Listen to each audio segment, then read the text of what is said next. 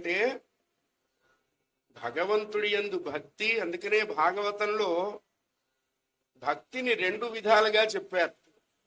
మొదటిది భక్తి, రెండవది పరాభక్తి అన్నారు. మొదటిది ఏమిటండి అన్నారు, సాధన అని చెప్పారు. రెండవది ఏమిటి అన్నారు, సిద్ధి అని చెప్పారు. మొదటిది సాధన చేస్తే దాన్ని భక్తి అంటారు, దానిలో సిద్ధి కలిగితే దాన్ని పరాభక్తి అంటారు. అటువంటి చక్కటి భక్తి పరాభక్తి రెండు ఆయన రెండు చేతుల్లో కలిగి రంగనాథ స్వామి వారిని ఆయన అర్చించడమే కాకుండా మనందరికీ ఇంత చక్కని అవకాశం కల్పించారు. ఇంతకంటే అదృష్టం ఏం లేదు లోకంలో. 10 కోట్లున్నవాడు కూడా 2 పుల్కాల కంటే ఎక్కువ తినలేకపోతున్నాడు.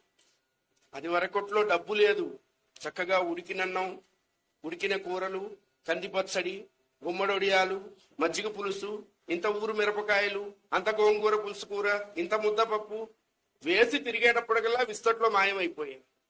అట్లా తినేవాడు.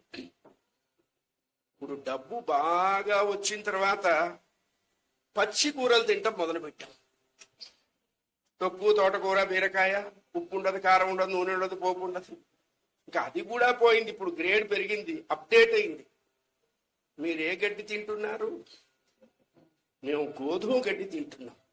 మీరు మేము లేత గడ్డి తింటున్నాం. ఓరి మిమ్మల్ని తగలయ్యా, అంత గడ్డి తినే కదరా డబ్బు సంపాదించారు. అంత గడ్డి తిని డబ్బు సంపాదించి ఇప్పుడు మళ్ళా గడ్డి తింటాం ఎందుకు? పశువులు తిడుతున్నాయి, పాపిష్టి వాళ్ళలారా మాకు కాంపిటీషన్ వస్తారా, మా గడ్డి కూడా మమ్మల్ని తినేరా. చూడండి ఏమి మనం సంపాదించాము. జానెడు పొట్టకు చారెడు నూకలు అని చెప్పారు పెద్దలంతే. దరిద్రుడంటే ఎవరు అన్నారు, తృప్తి లేనివాడే దరిద్రుడని చెప్పారు.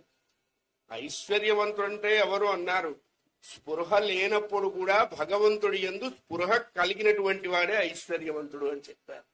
అటువంటి చక్కటి అవకాశం మనకి కలిగించారు.